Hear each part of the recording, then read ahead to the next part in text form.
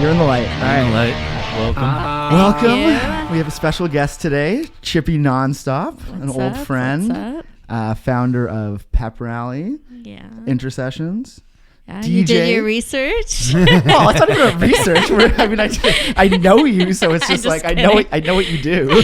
But I was like, are they gonna research me in depth? Because I'm scared about it. Well, we'll get to it because not I quite did. an Aardvark pod, but No, we're not an Aardvark pod. But I do. But I always like to I don't know. There's always all Yeah. kinds of shit that you know about, or don't know about someone. Yeah, And then that's you, why I was worried about.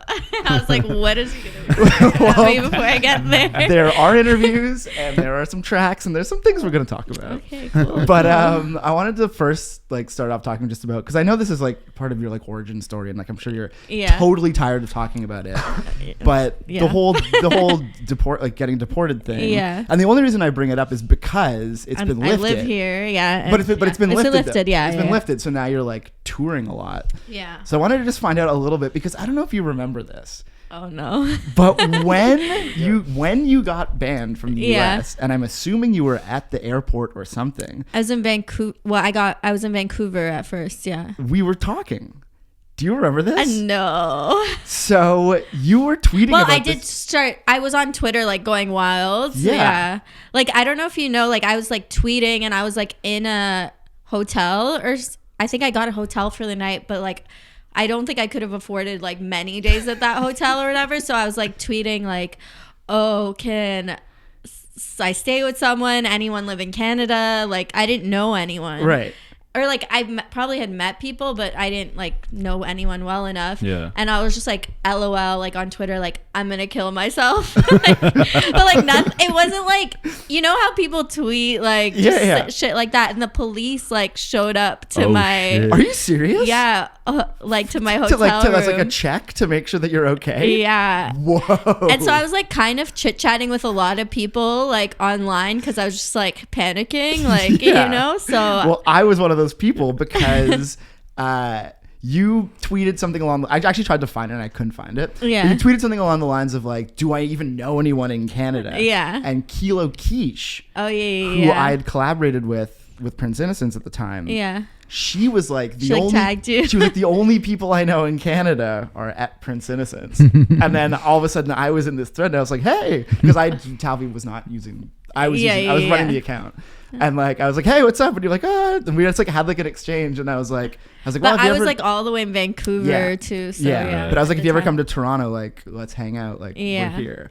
But anyways, I wanted to. And we did. We did it. But that was yeah crazy to me because I don't know. It's definitely scary as an artist and stuff with visas and all of that shit. It's I've crossed the border a couple times without a visa to play some shows. Yeah. And everybody does things like that. Yeah, no, definitely. Well, but I grew up in America. My parents still lived they're between Mexico and there now, but when I got deported, my parents still live there. Right. So what was it then? You just overstayed a visa? Yeah, I overstayed a visa, and also when you turn 21, you're not allowed to be on the same visa as your parents. I see. Yeah, okay. and so I was born in the Middle East, and my parents were born in India, and we also had different paperwork. And there was a time period where I was obviously rebellious, and my parents didn't I wasn't talking to them very much, so I couldn't. They didn't tell me anything, and I lived in America since I was 10 or 11. Right. Yeah. So you don't think about those things when you're a child. It's your home by that point. Yeah, but by the time I turned 18, I was this is just my I life. live here. Yeah. You know what I mean? So I just didn't really think about oh, I'm not actually from here. Right. And so yeah, I was traveling and nothing was ever said. And then when I went to Japan to play a show, and on my way home I was put into detainment. Really? Yeah, so that's what I was put into detainment on my way home, and I had already been traveling all the time. So was it literally just the that was the day that something flipped or something? Yeah, I guess I was flying under the radar or something. No one really checked, or yeah. Also I was legally there at most of the time. Right. It was just like there was some sort of visa one time, like 6 months or something was off. Right. And, you know, like also I was also a student, and you're not allowed to work as a student in America. And I wasn't like working, but I was like performing. I was performing. So they were like, no. Yeah, that's so crazy. Yeah. So then like, well, so now I want to talk a little bit about the LA era, because like the LA era was when you were like rapping. Yeah. And I mean, I was obviously like, it was that time of era where like people kind of did everything and it was fine because everything wasn't online, right? Like I would DJ, I would rap, I would just host, like I would just do anything it to was make like money. The party days of like, you know, the like Uffie, like she does everything. You know what I mean? It's like she could get behind the decks, and then, you know, she can also work with Pharrell and all that. Like it's like exactly. But that was such an era, because like I remember you not knowing you, but like, I remember who you were from that era, which I would call sort of like the second wave of the like hipster rap kind of thing, because it was a real like moment. Definitely. Like it was. I was like, I was just partying, and I would like get on the mic and like MC things, and then like producers like noticed me at parties because I was just like fun, I guess. I got to go into sessions and record. Like I recorded a song when I was like 17 with Diplo. Really? Like, and I had never made a song in my life. And then like Pharrell walked into the studio even when we were working then. Like it was like random people. Like I would just be like, I'd be in sessions, like you're in LA. Like I'd be in sessions and like Tyga would walk in, like random, like, you know, like LA ass people. And you'd be like, what the hell? Because you're just in the right place at the right time. But I had never even made music. I went on a tour, like a full ass tour. So like Sony paid for it without one song out. Really? Yeah. What were you performing? Just like I wrote songs for the tour, and I would just rap them over like literal like electronic-y like beats that I would find online or on SoundCloud, whatever. Or like, I just had friends that were producers, so they were like, oh, just take this beat, and then I would make songs on them while I was on the tour. Do you miss the like kind of Wild West vibe of that? That's insane. It seems like it's something that like, and I don't know if it's actually a good thing or a bad thing. So I'm not going to say that like things are worse now, because they're not. But there was something fun about the like. It was fun, You know, you could literally. It's like it's like the MP3 era. You could literally jack an MP3, do whatever to it, put it up. It wasn't this sort of like, there wasn't like a commodification of it. It was, for example, when like Azealia Banks rapped over Harlem Shake, and it was like a whole thing where Bauer was upset about it. It's like, and we always grabbed random beats offline and just rapped on that was just how it was. Well, and then on top of that, you didn't have to have this like online brand identity that was constricting you from doing all of these other things. Exactly. It wasn't like a one-trick pony. It wasn't and that's what I'm like kind of frustrated about like currently. I'm like, I just like doing shit. Same. You know, like I don't want to be like, oh, like now you're a techno DJ, now you're this, and I'm like, I was never that. Like I just like music. I feel like we're actually kind of stuck in this. We've kind of reverted back to this weird thing where you're only allowed to really be one thing, and not to bring it back to all the fucking Kanye nonsense. But you know, when Kanye was always like, no one takes me seriously as like a designer, but it's like we don't have to go into that example, but you know what I mean though. It's like the idea of just like, why are we like pigeonholed constantly? And it's weird, as like creative people, you're creative, period. Like, you know, you're able to tap into all those things, and it's a stimulation thing. It's like you know, I make music obviously, but I also get bored of making music sometimes and need to do other things. And then if not, you get boxed into just like the title of being a multi-hyphenate artist, and that's which is like even worse. That's like literally the worst thing you can get, where people are just like, well, I don't really take anything too seriously. Do it all, and it's all mid. It's like, no, it's like it doesn't have to be like that. Yeah, no, it's a weird like right now I'm in that space because like my agency in Europe is like very techno based, and I'm like not a techno DJ. That's like Surefire, right? No, Surefire is like UK based. Okay. I mean, sorry, America based. Okay. They're my American agency. But I feel like they also kind of have maybe they're a bit more broad. It's more diverse. Like they have like different types of DJs and artists too.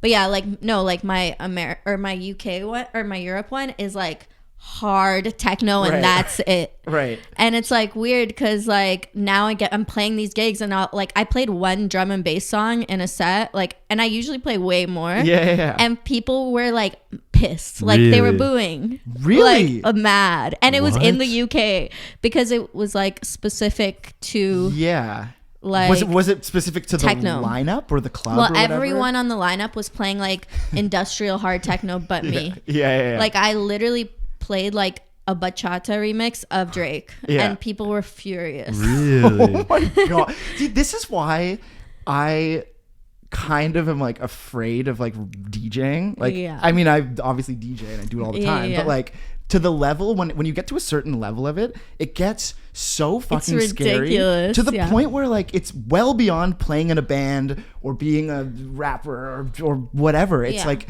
the amount of like internet like tomfoolery is like next level. Not even internet, like even at the parties that we've held, there's always like one guy who's like, can this DJ like play more techno? And it's like, what? How are you? Who are you to like tell the DJ how to do their fucking job? No, but people come out of the fucking woodwork with their opinions, especially when it's about dance music. I don't understand. Like, there's always a new topic about DJs every week, like on Twitter, and I'm like, good lord, what are we talking about? Like people selecting songs? Like what are we talking about? DJ Twitter is like, and I'm in there, but I do not participate in it. Or is it? Or do we only think that because we look at it, or is it in every? No, I think because I try to look away, and it's like it keeps like, for example, there was this video of that person who was not dancing. You know, I know you know exactly what I'm talking about. Yeah. And it's like basically at the Peggy. Was it at the Peggy Goo thing? No. It was the one where it's like somebody standing at the front of the audience, and like the caption was like every DJ's worst nightmare. And I thought it was Peggy Goo DJing. Maybe it was. I'm pretty sure. Yeah. But it's like someone standing there, and they're just standing at the front. They have their eyes closed, and they're just like having like a beautiful euphoric moment. Right. Yeah. And somebody was trying to be like, can you imagine like DJing and someone's just standing there with their eyes closed? And it's like, no. Just like actually feeling the they're music. like they're like doing the thing that like maybe you're supposed to do when you go out, which is like be yourself and have fun. No, I don't understand when it turned from like, you know, community creating an environment where everyone can be themselves to like literally like tearing everyone down and like judging everyone. It's so weird. Do you find that exists here too, or is that? I think it's worldwide. Just worldwide haters. Yeah. I mean, in Europe, I think it is a little more extreme. Like they're really like the scale of DJing and also the amount of money a lot of DJs make. It's like people feel like they are entitled to judge you because you're making a certain amount. Right. But people just make shit up. Like, for example, like on New Year's Day, I don't know if you followed some of this drama, but like I DJ'd this thing and I had DJ'd 3 gigs in a row. I wasn't going to bring it up, but if we're bringing it up, let's go. It's fine. My last like gig of the night was from 7 a.m. Well, yeah, I was playing from 7 a.m. to 9 a.m. Jesus. And I had already played 3 gigs earlier that day. Jesus. Like, so like I played from midnight to 2, and then earlier I played New Year's Eve. Right. So like I had 3 gigs in a row, and my last one was 7 a.m. I'm starting.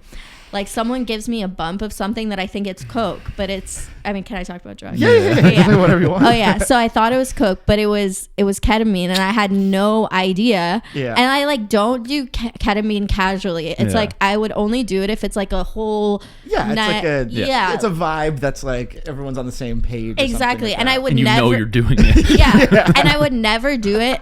I would never ever do it while I'm DJing, ever. Yeah. So like I do this fucking bump, like I'm like, okay, I can get back on, like I can be less tired. No, I'm spiraling, like, and I don't even remember walking into my last gig, like don't even remember walking into the door. I don't know how I got there.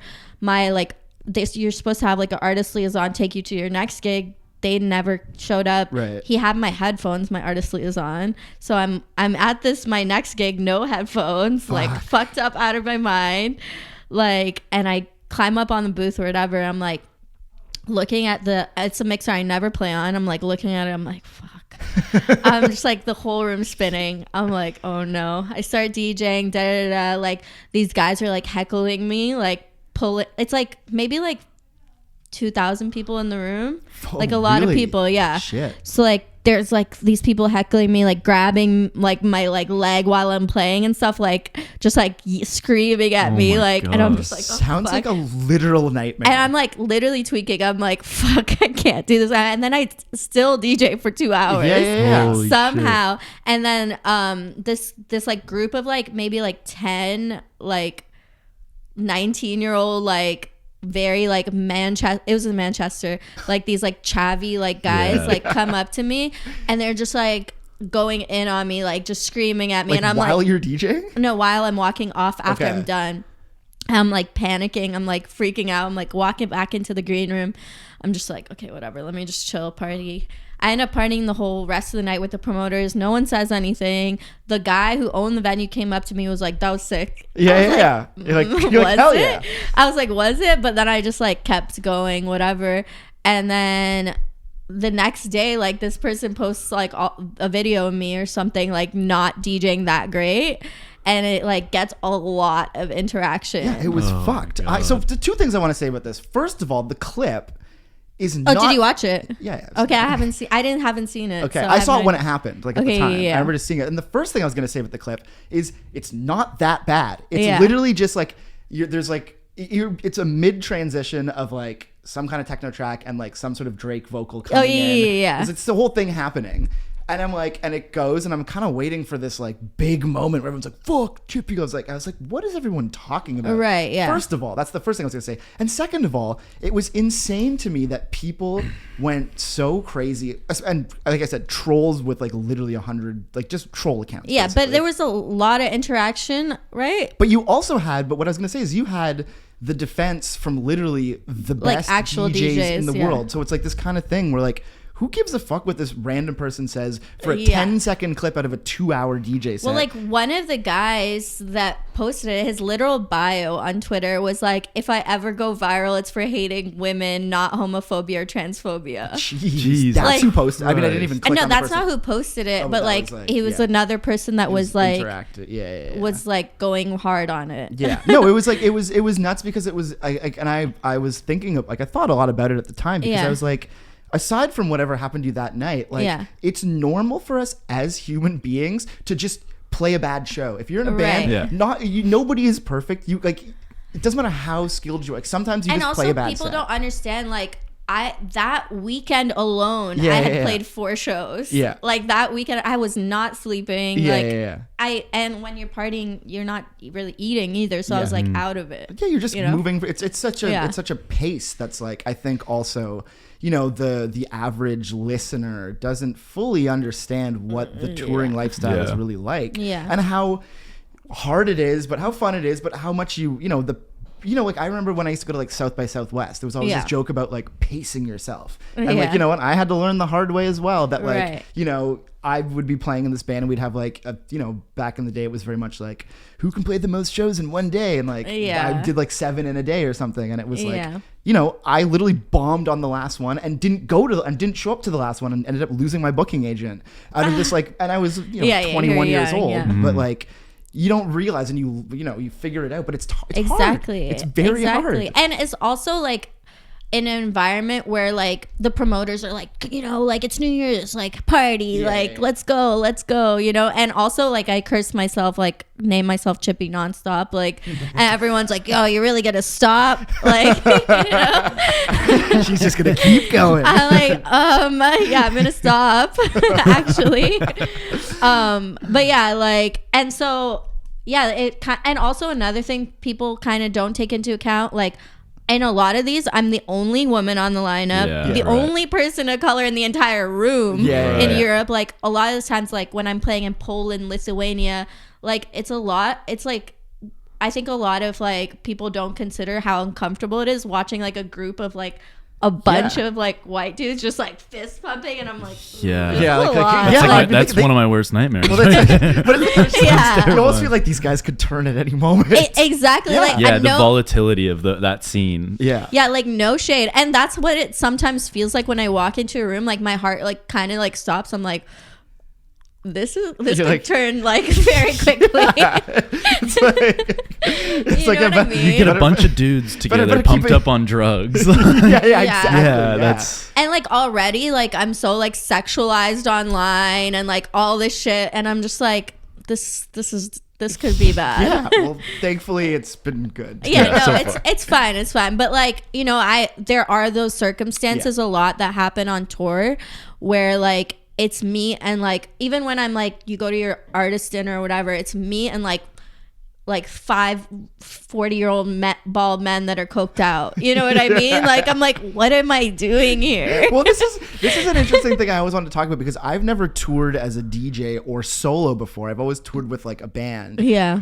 You know, where you have at least that sort of camaraderie to be like, oh, we're all kind of in this together to like, you know, go to these be in these weird situations. Right. But we have the sort of security blanket of like your friends. Yeah, you have each other. But DJing is always interesting because it's so much of just like, you're by yourself. To these places by yourself. No, like literally I was in Italy and it was literally me and like all these like 50-year-old men, like older men that are like coked out, you know, and I'm like, oh fuck, and they have to drive me to my hotel and like all these things. You're like in a really vulnerable situation a lot of the times. I'm you know.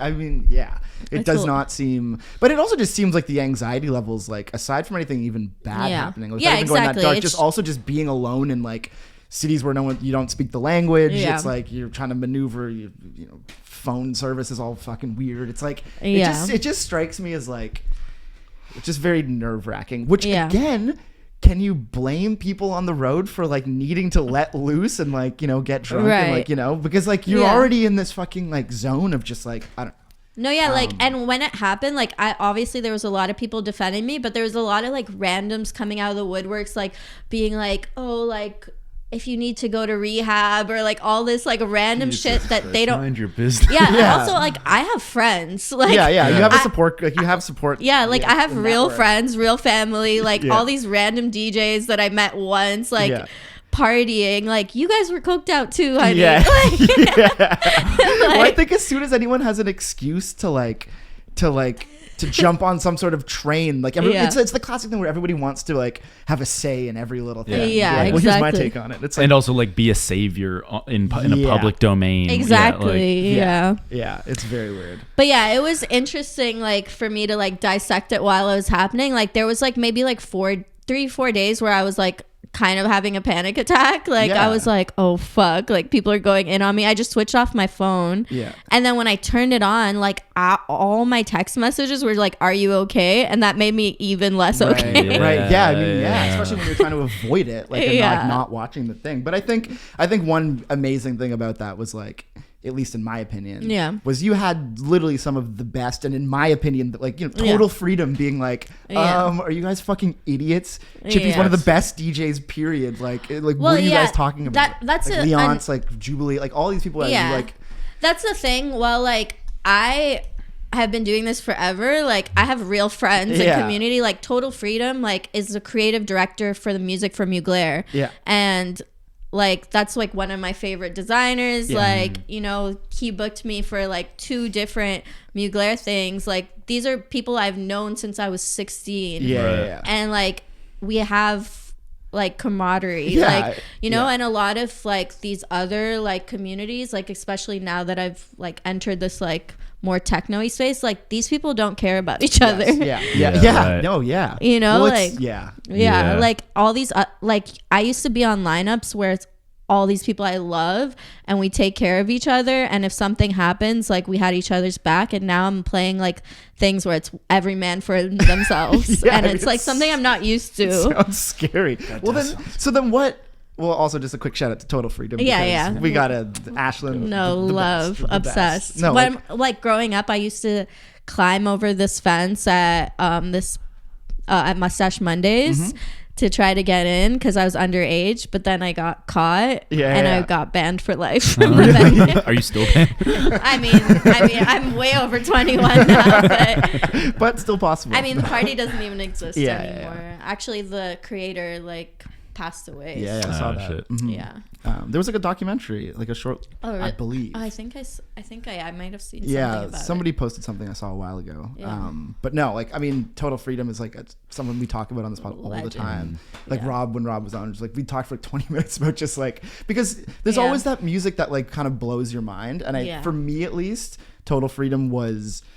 I didn't know that like DJing could be that. Yeah. You know what I mean? And that's like my perspective of DJing. It's like so many mixing sounds you never expect. Like who cares if there's a mistake or a error, like, or whatever. You're trying to see what will work right there on the spot. Yeah. Like, and now like that's how I feel like Total Freedom DJs, you know? And that's how I like grew up watching DJs like that, not like these like perfection like everything's like plan every single moment of my set. Like I like spontaneity. Yeah, I mean I've never DJ'd with a pre-planned set ever. I don't think I've ever done it. Yeah, you feel that too, like in the moment while you're at the party. Like when there's a know DJ when that's spontaneous and like riding the course of the night and feeling the energies from everybody. Like that's and not to be like reading the room, but there is something fun about playing to like what's around you physically, you know. Yeah, but I guess like now I'm playing like even the smaller things I'm playing, other than in America, in Europe, it's never less than 2,000 people. So it's like you kind of have to like take account. That's maybe you do have to plan because this could get fucked. And then on top of that, if you don't plan, you might have 2,000 shaved head white guys coked out of their minds, ready to tear the place down. Track pants. Exactly. That's the scary part of it all. But yeah, like that's what another thing, like I wasn't used to that. Like I just show up, have a good ass time, party with everyone's excited to party, but it's not that environment anymore that I've been playing it recently. So when did you kind of like, because I feel like a lot of people kind of did this like during lockdowns and then after, but started playing like faster music. Yeah. And I feel like you're somebody that definitely started doing that. Like what how did you actually there? Like during the pandemic, obviously I just wanted to feel something. I was listening to harder things, like just sitting at home listening to harder music because I just was bored, you know, and I was just listening to faster things. And then like I played that Mix Mag set, which was my whole set was 160 BPM. Right. So it was just like a accident, really, like that I was playing that fast, and then I was only getting booked to DJ fast. Right. So, but luckily, DJing fast isn't as bad as like DJing only one genre. Yes, for me, like so, I was like, oh well, at least that set I played every genre, but I didn't. You're not like a deep house DJ or something. Yeah, you're just like and I just like that Mix Mag set. I didn't plan anything. I made it up as soon as I got there. Amazing. That was sick. I didn't plan it whatsoever. So like it kind of just because of that, like on Facebook, it got 1 million views in like 2 days. Yeah.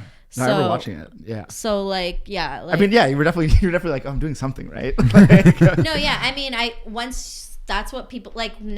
Like for that whole year, every time I was like going to play anywhere, they're like, I hope you're gonna play that set. I hope you're gonna play that set. Yeah. Like anytime I was, even if I wasn't wearing an outfit similar to that what I was wearing, people would be like, oh, I thought you'd be wearing like a dress like that. Because like, really all based on this one mix. On this one mix. Like video, Any gig I would show up to, people would be like, oh, like I wasn't expecting you to play like that type of set. I thought you were gonna play your Mix Mag set. See, this is why DJ fans are so strange to me. They're nerds. I'm like, do you just sit there watching that set? Like, I don't understand. And that's the weird thing is like that's the most exciting part about like being interested in any of this music is because you don't know what you're gonna get. That's why I like the people that I like, because it's like it's not like a band where you're like, oh, they're gonna go play that song. They're gonna end with this one. It's like that's cool in itself, fine. But like, yeah, and like the thing is, in that set, like I played a lot of other people's music, and then all of a sudden, like I'm the person known to play some of those songs, right, and like they think I made them, right. and I didn't make those songs, so why would I play them in every set? Yeah. It didn't make any sense. Interesting. It's so crazy how quickly you can become just like pigeonholed into one thing. Yeah. Do you feel stuck? Not really, because like I kind of like even that like chaotic moment that happened New Year's whatever like I was like, oh, it's kind of like after like I was like, it's kind of good that people like are mad about it, because now I can like do whatever I want for a while. It's like a reset kind of. Yeah. I mean, Yeah. that's a good silver lining, to just be like, now I can start fresh again. Yeah, and sick. I've kind of reinvented myself like a million times already anyway, and I'm like not scared to do that. So I feel like no, like I'm good at just like kind of let me just do whatever I want. Yeah. Just ignoring the noise. At least it's I mean, at the end of the day, it's got to be exciting for you. Exactly. You know, so it's like it's, I don't know, everyone gets bored of everything. Sorry, of creating or doing the thing yourself, like you know, whether it's DJing, performing. You always need something to keep you like.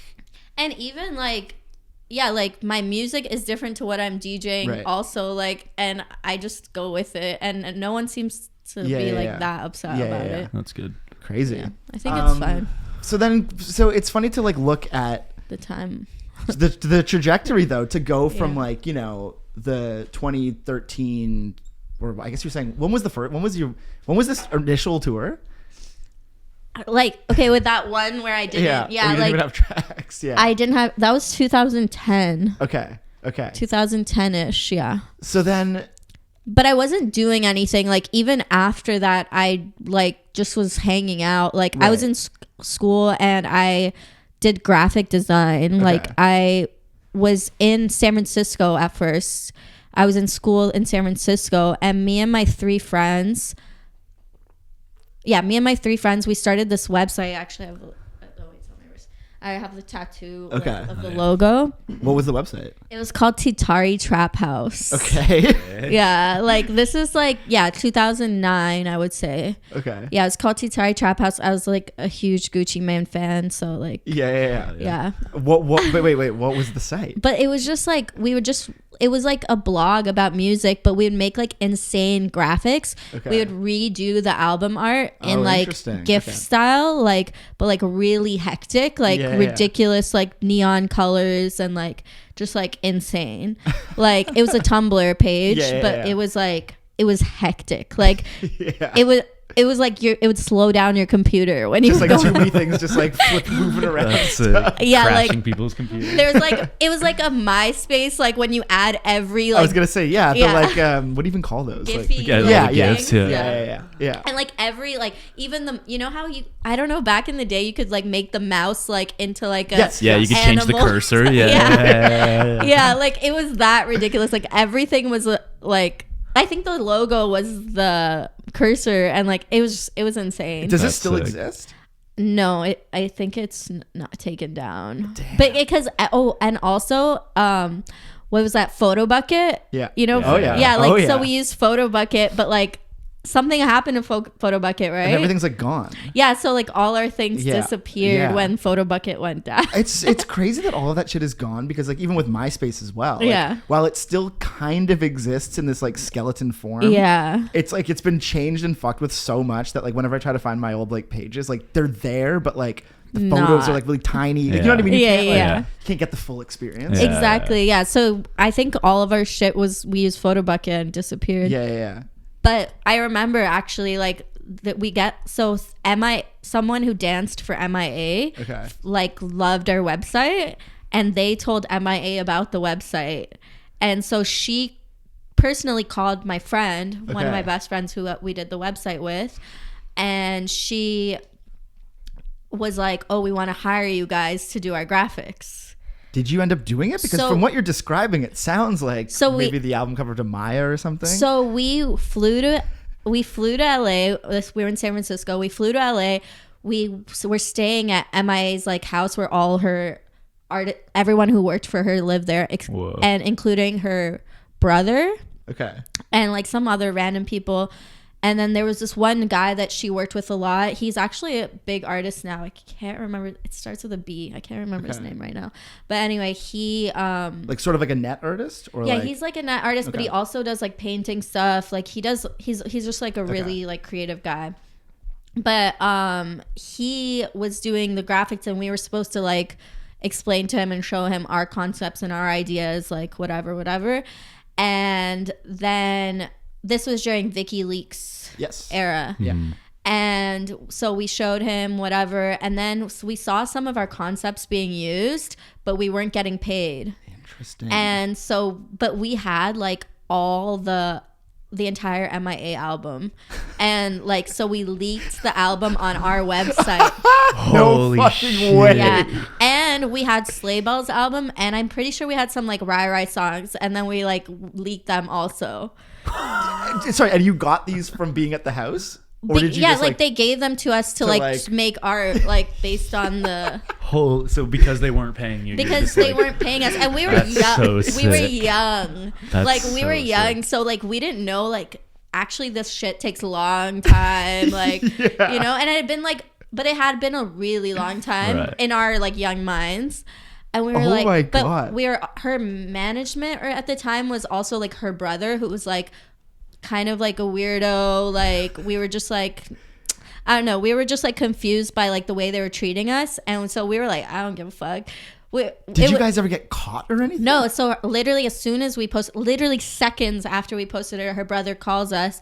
I was like, take it down right now. We're like, yep, but like pay us, like da da da. We never got paid, like till this day. Oh my god. And MIA didn't really know about this, but she knew that it was beef. Yeah. But she didn't know like all the things. Right. Like, and she actually ended up playing a party that I threw like a few years after in LA, and she didn't care. Right. And then I don't know if she didn't care, she just didn't say anything. Yeah. But and then so one day Diplo heard all this drama was happening, and he was on bad terms with MIA. Yeah.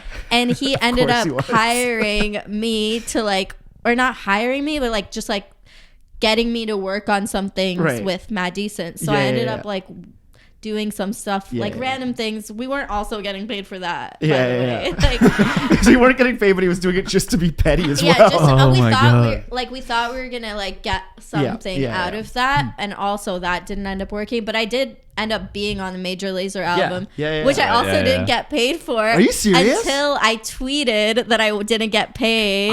I actually remember this. Yeah. I remember you tweeting this. Yeah, I tweeted like, oh, like, I can't believe I wrote on this, and like they used my vocals, didn't credit me except in like tiny writing on the back on the song, and then didn't pay me until I tweeted like I didn't get paid, and then they randomly sent me a check for $500. $500? Are you serious? And I remember thinking like, damn, that's a lot. Whoa. Like I remember thinking like, oh, I got them. Like, no. 500, and that was it. You never saw anything again. I never got any like residual you don't get any payment. No. Are you serious? No. That's insane. God, the music industry is so shady. But shout out to you for leaking MIA. Yeah, that's badass. I mean, we didn't even know what we were like doing. What did you put on, like Zshare or something? Something like that. One of those. Yeah, one of those. I can't remember.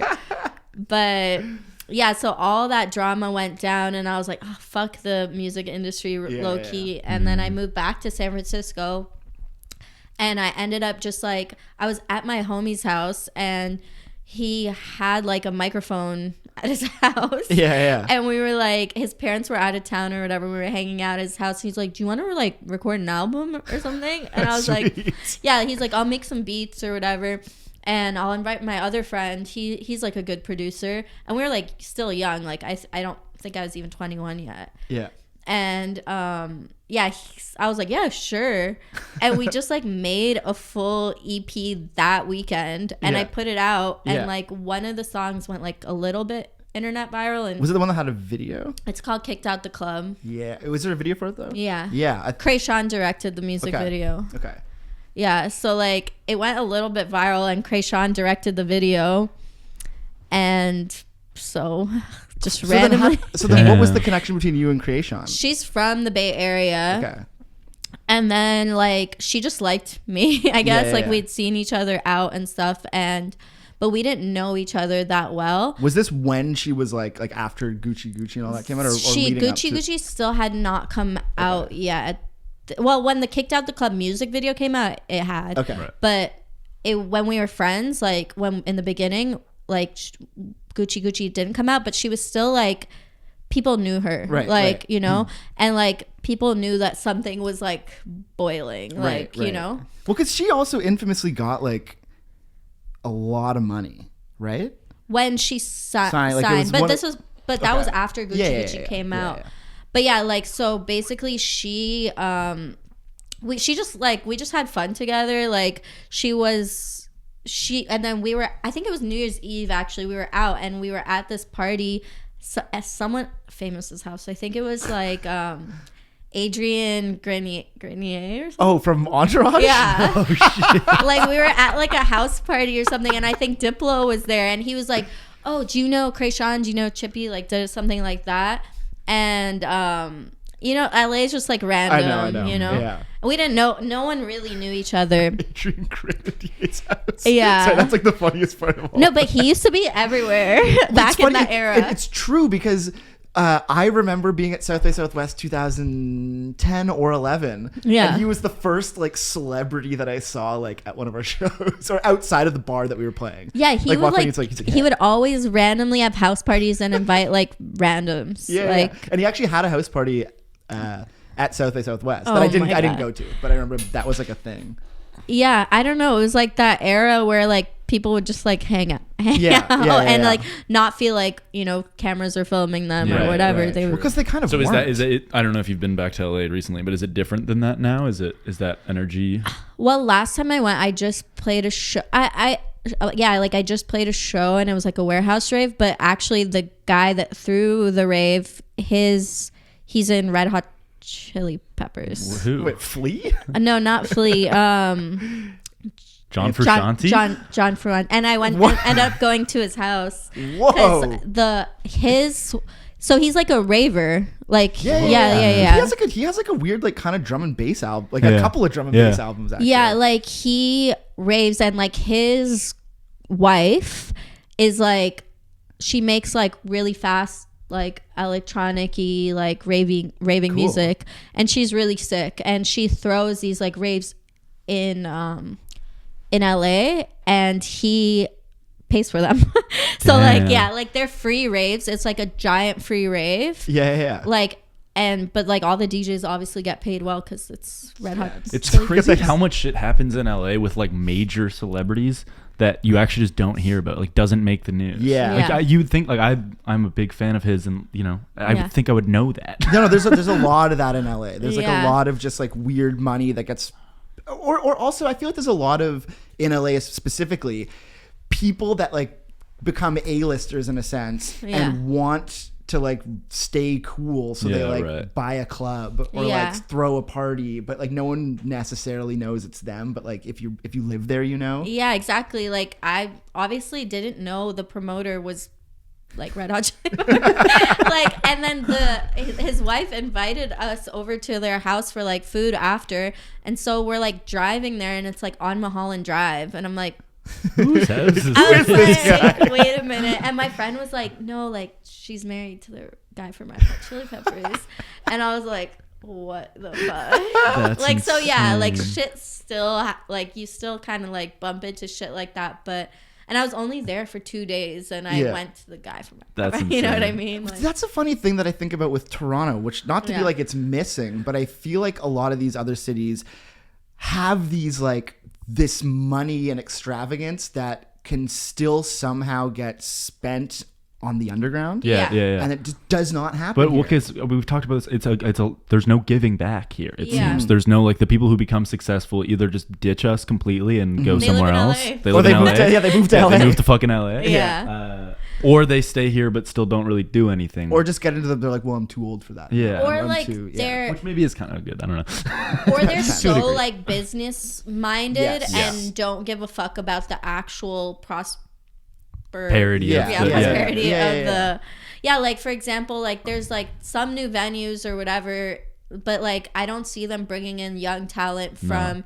Toronto, newer talent, like, or like curating like workshops or like curating spaces to like make things better. Like I just don't understand like you guys have these spaces, but they're just not being I know, or not including different scenes, or like just staying in their own little like, I think Canadians have an insecurity that like makes them unwilling to give, because they're even with a little bit of success, they're still insecure because they're like, I'm from Canada, no one really knows who I am, and even with a little bit of success, so they don't have the confidence to be like, no, I'm gonna like give back now, because foster something beyond themselves, right? Because they're like holding on to this little bit of a claim that they do have, and you know what I mean? True. I think that's something. It's like old school gatekeeping. But I don't understand, why don't they like understand that their legacy would go further exactly if they help? Which is why we talk about this all the time, but why, like, even if you're selfish and insecure, wouldn't you want your legacy to continue grow? to live on forever? Isn't that the dream? But like we were talking about it with like Melissa, but like the idea that like it's hard to trace back Toronto's lineage or history musically, because everything seems to like happen and then stop. It doesn't bleed into the next thing. Where it's like, you know, other cities, you can literally watch things start in the 70s and continue now. Like I'm wondering, like obviously I'm not from here, so I don't fully know, but what happened to like, you know, there was that mega club that was, what was it called? Circa, or wait, what? There was Circa was one. Circa, and then there was there another one? But I mean, like, who are the owners and where did they go? Yeah, true. Well, Circa was owned by Peter Gation. Yeah, and who was the guy who had the limelight and stuff like that. But like, so why can't he tried? But what happened? I don't know. Well, I think the whole thing with the limelight was obviously Party Monster and all that, and blah blah blah. Then he was deported to Canada. Like yourself. There you go. So it's another person. Only deported people. Only deported people have the energy. They're the only ones that they're the only ones that are trying to save the city. I know, right? Well, because they're trying to make it more like where they came from. Exactly. No, that's literally why I did so many things. I'm like, come on. But because they know what you know what it could be.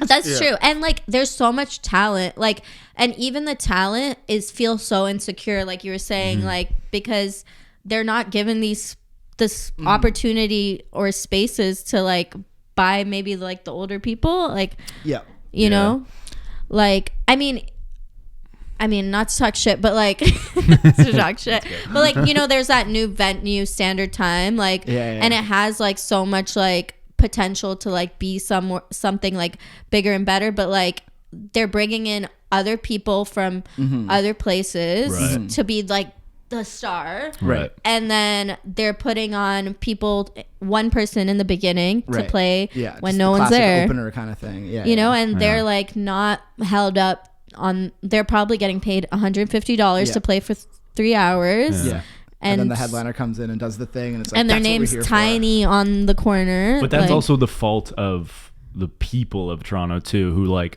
kind of sometimes only show up for shit that's from somewhere else. Yeah. Well, I mean, like for Pep Rally, like we do book like a big thing, a big act, but then everyone else is on the same like you know, like for example, there's these like venues where they put the local person, they put the volume so low.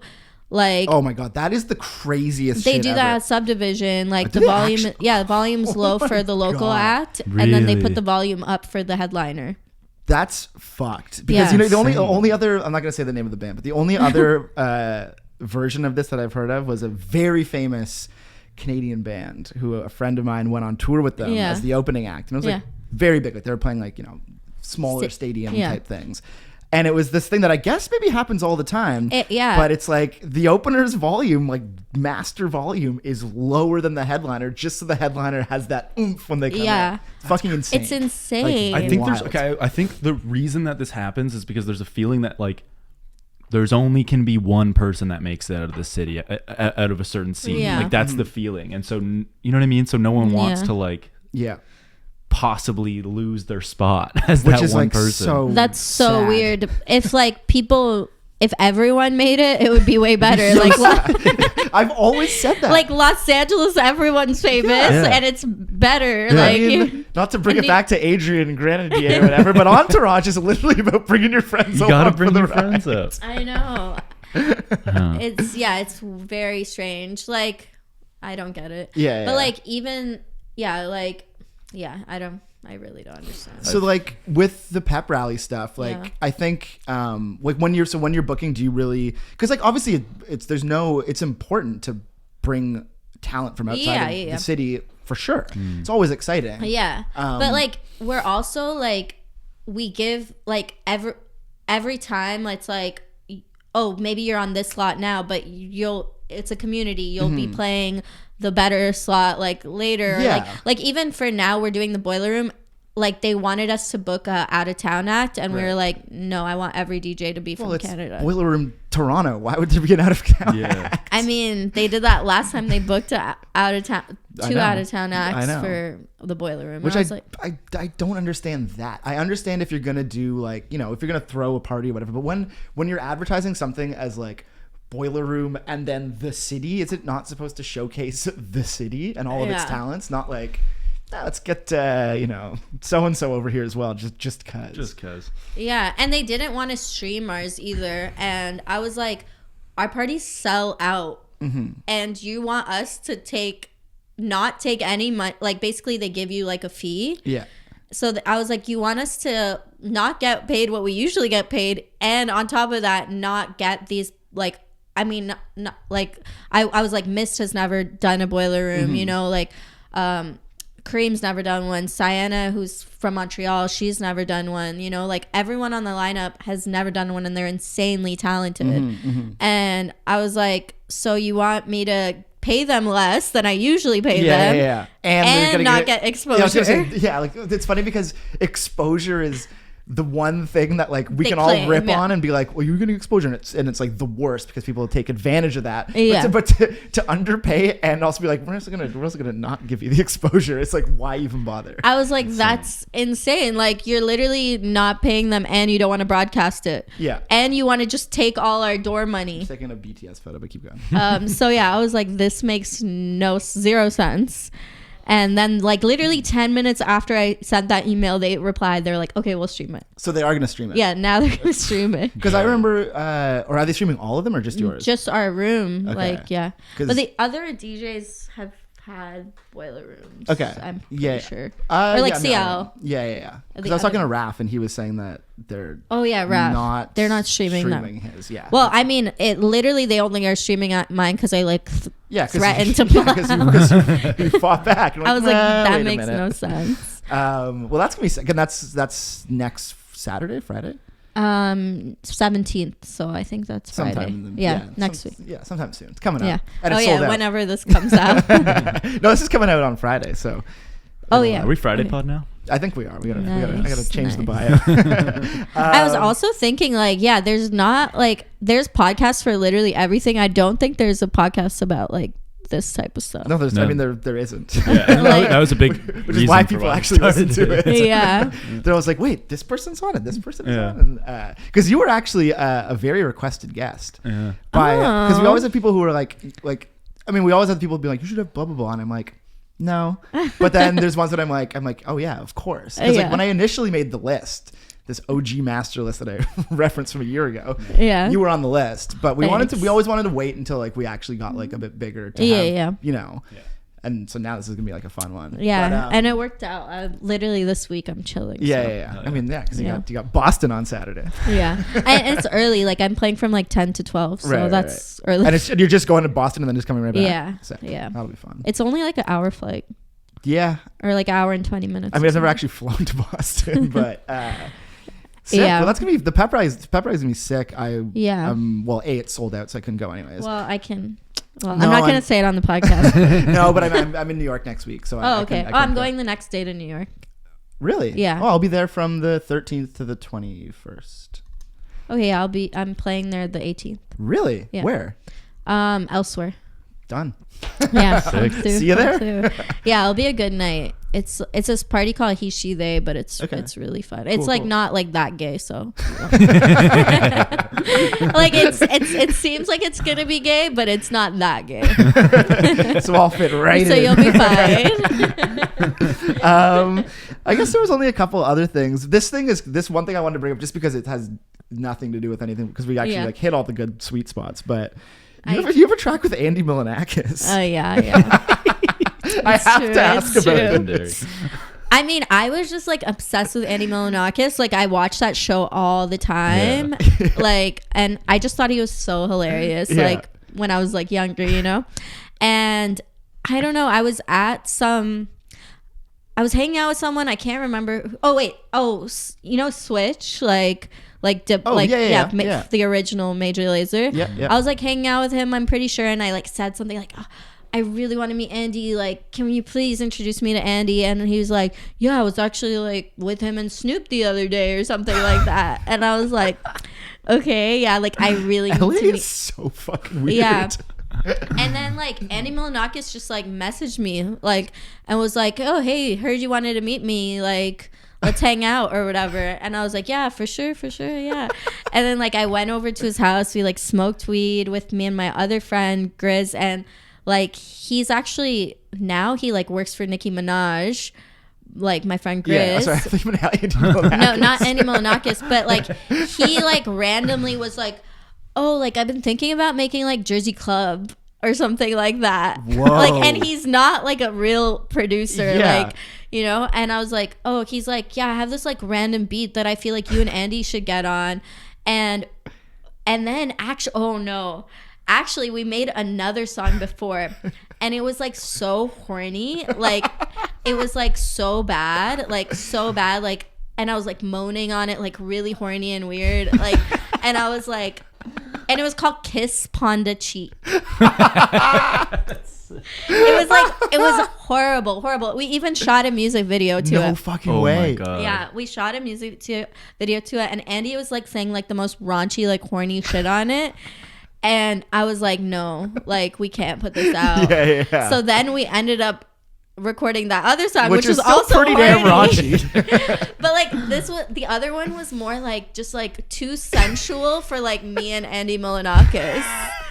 Like I was like, the Party with Your Pussy Out was like funny, right? Yeah. And it was like called Spaghetti, and it was like funny. Yeah. But like that one, it was just like so weird, and I was like, we got to scrap that. Yeah. And then so like then we just recorded, like I was just like yelling in the studio, he was yelling in the studio, just made that randomly. And then we actually became like friends. Like we would like hang out all the time. Like and Riff Raff was in the music video too. Right. And like like all my friends were friends with Riff Raff too. So we'd just see them. I mean, I hung out with Riff Raff a couple times back in the day. But he's like strange so man. weird. Like he like would only eat Subway and like like random things, and like like he was just like, I was like, I can't hang out with Riff Raff. But Andy's like smart, right? Yeah, you know, like Andy's like, yeah, he's definitely calculating. He knows what he's doing. It's like, and like he's actually like a smart guy. Like you'll have good conversations with him. Like, and he has good taste. Like he eats well. Like he likes fancy food. Like just not Subway. Like Riff Raff was like always in character. Like Andy Milonakis was not always in character. Right. Wait, you just be hanging out with these guys and like it's like chill, but like Riff Raff is like Riff Raff. Yeah, exactly. And I was like, is it a character at this point? I think my theory is always the thing where the him and the character blurred to a point where he couldn't go back. Yeah, too much. Like at a certain point, and I was like, no. Like I appreciate the character, like, but if I can't have a conversation with you in like regular time, I'm like, no. But yeah, so actually, like we ended up just being pretty close with Andy, like hanging out all the time back in that era. he would like come to my shows, like support me like at all these random gigs. Like, it was weird. Well, like, you know, he's I don't know. Don't ask me why I know this, but he's gonna be in New York while you're there. Oh my god, no! I probably won't hit him up. I'm not gonna lie. I mean, he is gonna be there because I know for a totally actually he's never gonna listen to this pod, but a friend of mine, maybe. friend of mine. No, I don't mean Andy, but I mean this friend had mentioned that he was asked to be in this film that Andy's in, that they're shooting in New York right now. Which is why I know that he's there. Which is why it's like a weird thing where I was like, I haven't thought about that guy in forever. And then when I was like getting ready for this, I was like, whoa! Like looking at my phone. It's pretty weird. Actually, like a lot of those things in that era, like just would happen because I was in the right place. Like I was in the studio one time and like YG walked in and I made a song with him. Are you serious? Yeah, and it's also about pussy. But that song doesn't exist. Yeah, it does. It does. It's something about eating pussy. It's called Pussy Eater. Oh my god, I need to find that. It's so bad. Maybe I'll blend it in right here in the pod if I can find it. I have a song with G-Eazy. See, I knew that. He got a couple with G-Eazy. Yeah, well, we were like friends too, like back in the day. We stopped talking because like I was in Paris, like it was right after I got deported, and he was playing a show and it was with Big Sean and Ray Shremmerd. Shout out Ray. Yeah, and one of the guys from Ray Shremmerd was like down for me at the gig or whatever, and I was just like whatever, having fun, like dancing, like da da da. And then something happened, like I was walking towards the guys from Ray Shremmerd at this after party, and the security didn't realize that I was with them and literally like dragged me out like on the ground, like oh my god. Yeah, and I got like dragged out of this club like embarrassingly, like. And did they not see it happen? They didn't see it happen, so like they didn't know what happened. But then it got back to, and G-Eazy was the one that like put us on me. It was me and my friend Brittany, like put us on the guest list and all this stuff. So like he was like embarrassed that we had gotten kicked out, but he didn't know why. Yeah. Or whatever. And it was just because I was like going up to the guy from Ray Shremmerd, but they didn't realize I was with them. Yeah. And we literally got dragged out, and then like G-Eazy was so mad. Like so mad. And this was at the time when he was like blowing up, so like he was like, you know, like I can't have Chippy risk my career. Right, like, oh my God. You know what I mean? Like you're playing with Big Sean and Ray Shremmerd, and like I'm just hanging out. Is G-Eazy even like doing anything these days? I have no idea. Like I remember when there was like rumors that he was dating Megan Thee Stallion. Oh yeah, like he used to be obsessed with like any like Tumblr girl. Like he wanted me to introduce him to Krayshawn so bad, and then when Kitty Pryde blew up, he was like, "You have to hook me up with Kitty Pryde." I forgot about Kitty Pryde. Yeah. Whoa. So like anytime there was like a new Tumblr girl, he would always be like so horny for her. He'd be like, "Please introduce me." Like, I'd be like, "Oh my God." Yeah. So I mean, so that friendship is long. Yeah, we don't speak. And you know who produced that song was DJ Carnage. Really? Yeah. Wow. Oh my God. Wow. This is just like this is so 2012. Yeah. This conversation is sick. It was like DJ Carnage produced that song, and I remember like, what did he change his name to? Something stupid. Like starts with a G. Guapo or something. Gordo. Yeah, Gordo. Yeah. Actually bumped into him on the street like a few months ago in Tulum. Really? That sounds about right. Yeah. But and then so I remember this was the era DJ Carnage wanted to switch to making EDM, and I was on FaceTime with him, and he was like, yeah, like, you know, Diplo, like, I want to switch to be like a big EDM DJ. And I was like, like, good luck he'll with that. Never be. And now he's look at him now. Look at him now. Drake's favorite DJ in the world. Yeah, so that was that era. But Crazy. I would troll the fuck out of DJ Carnage, so he doesn't fuck with me either. I feel like you definitely have. I feel all like the bridges burned. Yeah, I feel like you have some like really funny bridges burned with just like very industried out like. It's because these people are corny as hell, and they want 100%. They want to keep up up that like fake perception of their like identity, but they know they're lying to themselves and they can't handle. Yeah, they can't handle it. Yeah, it's like, But they can't handle laughing at themselves. Yeah. Like, it's obviously not that serious. You're EDM DJ. Yeah. Oh, totally. It's like, it's, I don't know. I feel like that's one thing that's missing in a lot of everything contemporary is people can't just like, at least just like, laugh a little bit about to have a sense of humor about themselves. Yeah, people it's are like, way too self-serious. Like, what are we taking seriously? Like, music? Yeah, like, I was gonna say like, and again, as someone who DJs as well, like, you put a little USB in and you play some tracks. It's pretty funny. You can like it's okay to make a joke of like it doesn't have to be that serious. Also, there's humor in playing like like a Hillary Duff song right in the middle. Why not? Those are always the moments that like get the funny they're like the moments in like DJ sets would be like, and then at fucking like 7 a.m. like it was just like techno for like 3 hours and then this thing happened. It's like these are the things that like historically, even in like a not even funny way, people talk about where it's just like, at that one track that's just like so different. And the thing that just makes the night. Yeah. Exactly. Yeah. We're supposed to let go, not like it not be like, I came for techno and I will expect techno, but I mean that's what you get at Berghain. Yeah, I guess so. Well, I had a friend who played Mariah Carey at Berghain, and she got banned from playing Berghain for like, I think it was like 7 years. Iconica. Whoa. And I think she's back playing there. But no Mariah Carey. No, I mean, I think she tweeted, I'm still gonna play Mariah Carey. Well, why is it that Mariah Carey is the one that always gets people? Do you remember when Grimes DJ'd Mariah Carey or All I Want for Christmas Is You for her Boiler Room, and it like caused like at the time the like biggest controversy. Everyone was like, "What the fuck?" See, just like that statement, that playing that song. I mean, in retrospect, was kind of funny. Like, it's hilarious. I mean, at the time, like that was a hilarious thing to do. Like, I think it's because like I was saying, like DJs get paid a lot to play music, and it's like kind of ridiculous.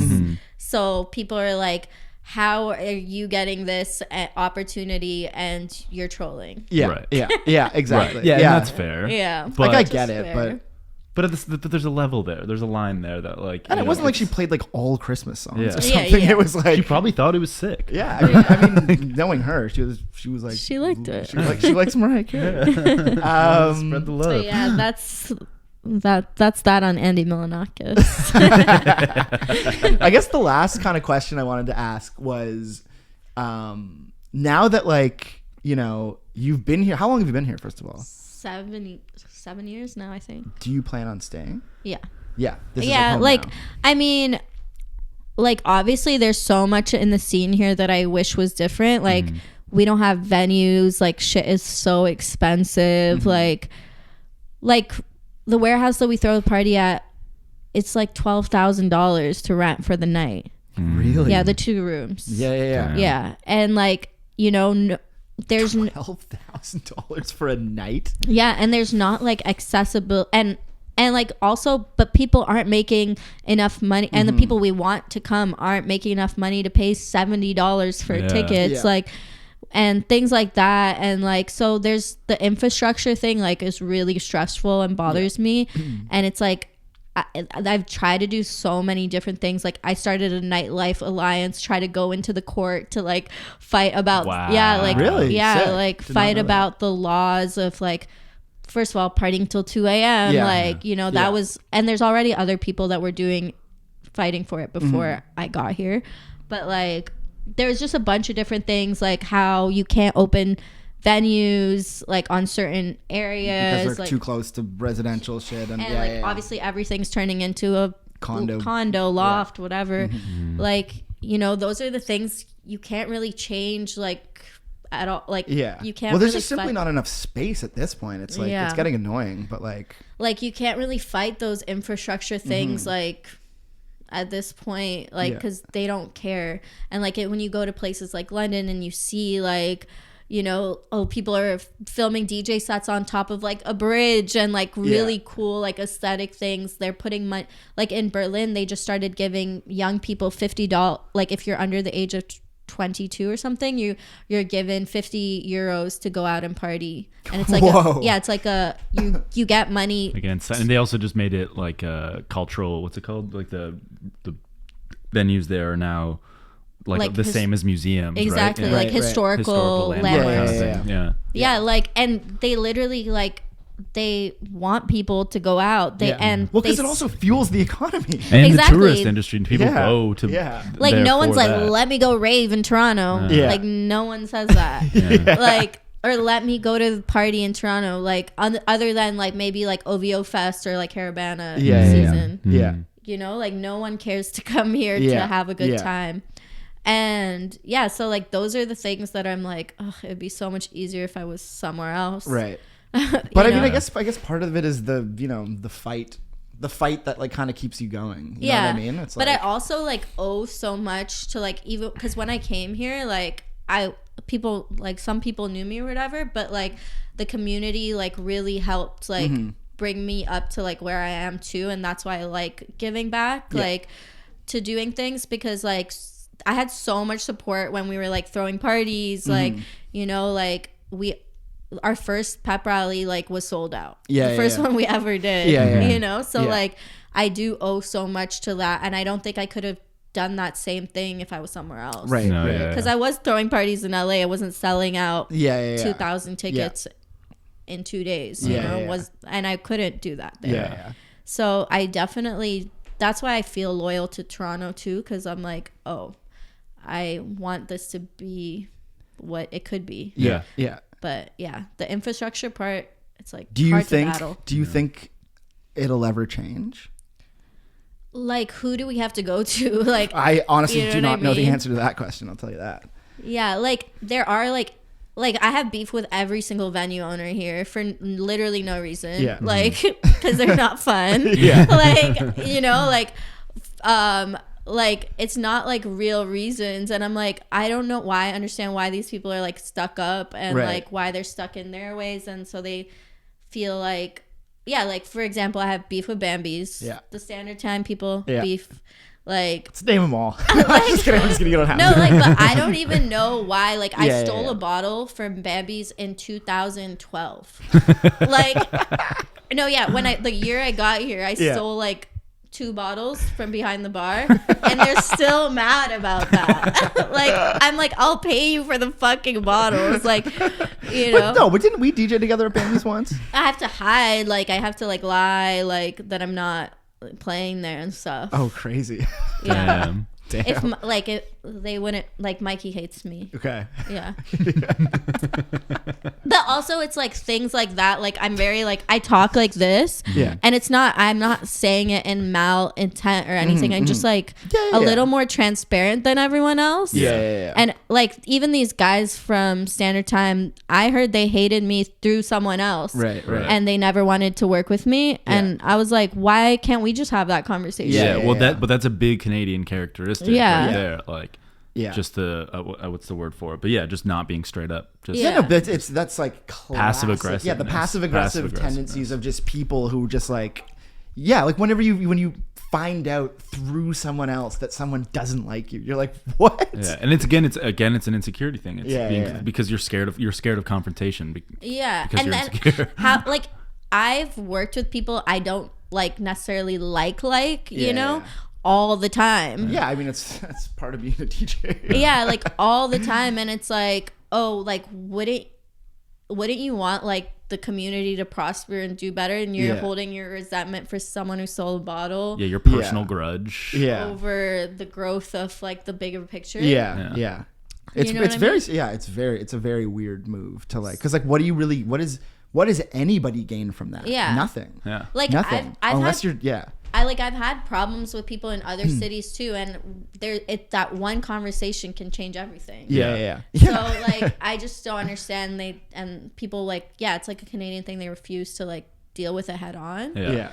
And I guess that's another thing that I'm trying to be like maneuver here. Like I'm not used to like beating around the bush. Just go straight to. I mean, and that's something that I feel like we also just try to like have tried to be better at that. I'm super bad at it. On a personal level, I can be very, very bad at it, and I'm trying to do better. It's like but a weird, it's like a weird cultural especially thing. when it's the culture, just it's hard to break out of that. Yeah. People just like I think if you grow up in like ethnic households, your parents talk to you very like matter of fact. Yeah. You know? So like I'm used to that. Yeah. Like I don't care if they're like, you know, I don't fuck with you because of this and that's not. I'm like, okay, period, bye. Yeah. But hearing things and so like, and it's too small of a community to like hold like that kind of like energy. Totally. Like, Yeah. You know? Well, and that's the thing is that because it's so small, it's always going to get back to anybody. So it almost like the problem is that it almost works because it's so small, you can be like, I'm going to be passive aggressive, but like they'll know because it's going to go through the one person that's like the degree of separation get, which is awful, but also kind of funny if that is the case. I guess that's what I'm just trying to like understand, like how would I continue like doing a lot of things here, and like I always want to continue doing things, obviously, if that's the type of energy around. I don't know. Because we have no spaces left. I know it's well, we've talked about this, and I don't want to repeat ourselves for the people that like listen to this podcast, but like we've noticed that there's something that's missing, which tends to be mid-sized venues, which I feel like is the main thing that's missing, where like, you know, you're talking about the warehouse space that's $12,000 it's a big space, but then all we have are these tiny bars that have capacities of like, I don't know, 50 people. It's like whatever happened. They don't have good sound systems, they don't have CDJs, like, but like what happened to the mid-sized venue, which I feel like I grew up here, so I know they did exist at one point, but they're kind of like dying. Like it's almost like a dying thing. It's like it's either massive stadium level or big warehouse, or you know, bar that can accommodate you know, DJ. like they're not giving in Canada, or like in Toronto specifically, they're not giving licenses to foreign nightclubs. Okay. And so like if a nightclub existed already there, they can continue existing. So like renew it or so something. You actually just can't open a new nightclub. No, you have to, it has to be like a restaurant like that might have like why the fuck are they doing that? So many like mahjong, or like what's the other one next to it? Mordecai. Bar Mordecai. Like it's all like it's loungy. You can eat. You can you know, and so it's like, and there's a space for that too. But like that's why those type of places keep opening and not clubs, because they can't get nightclub licenses. Yeah. Fuck, I did not know. Yeah, and then there's just so much of the same fucking thing. It's way too much of the same fucking thing. And this is why I feel like going out on a regular night gets boring. Yeah, you can't just hop around to like a few clubs. Yeah, it's like you go to literally any other city, and it's just like, you know, I'm going to New York next week, and it's gonna be like, you know, it's not like I'm gonna be like, yeah, I'm going to da tonight. It's like, no, I'm gonna like go to this and this and this, and I might end up there. And there's more clubs in Denver. like there's literally more clubs in Denver. Oh no! Like realistically, dead ass. Like, and you can probably do way more fun shit there, and you can stay there longer. And there's no, you know. Yeah. It's wild. So yeah, those are the things that go in my head if like I should stay, but I don't know. The people here are amazing. Like I have really good friends. So it all comes down to the people. The people here keep it alive. Yeah, and you're lucky enough. You're lucky that you get to tour enough that you can like anytime you're just about to get sick of it. You can go and then be like, okay, no, I'm happy to come back, which I think is like a really good balance. Yeah, and it's also in between like America and Europe, and I can go each place easy. Yeah, but it definitely would be so much easier if I lived in Europe. If you were to do that, not that you're going to, but would you go to Berlin? Is that kind of the vibe? No, I'm not really a Berlin girl. Me neither. Honestly. I have no. I've never been, but it's a fun. I love them, but I like fun. Obviously, but I think it's a little overrated. I'm also like a really picky eater. Like I like flavor. Yeah. And like the Germans, they just. You don't like boiled, you know, like sausages and boiled potatoes. A little sauerkraut. I mean, I feel like if London was cheap, I would live there. Or cheaper. Right. But now it's like the same as here, basically. Oh, I mean, that's another. I mean, there's nowhere to go. We're like, it's so expensive here for what it is. Like realistically. Yeah. Canada's insane though, because it has like so much fucking land, and I know a lot of it's like pretty much inhabitable, but like. Like, well, there's so much opportunity for it to be. I don't understand. I've thought about this for many. I bought a makes no sense. jalapeno for $4, like at Metro the other day. I was like, how? Yeah, I spent $8 on grapes, and I was like, oh god. How? Like, why is it literal insane? grapes? I was like, what am I doing? If we keep going down this road, I'm gonna go conspiracy mode. Yeah, no, that's right? not. Well, do you have anyone you want to shout out? I feel like you want to give some shout outs to the crew. Or don't. Yeah, I feel like if I start the Then you're shout gonna out, forget I'm someone. gonna miss It's never gonna someone. stop. Okay, Yeah. never mind. But shout out to you guys for having me. Sweet. Thanks for coming. Thank you for coming. This was a blast. It's been very fun. Yeah, it was fun. I think I'm coming to the pep rally thing. It's gonna be my first time. Yes, Yeah. it's gonna be fun. Or the boiler FaceTime. room. The boiler room. Yeah, FaceTime. the boiler room. Yeah. Should I FaceTime you while you're there? Yeah. Well, you can experience a similar vibe The next day. The yeah. next day. Perfect. In New York. All right. Yeah. Yeah. Sweet. Peace. Peace.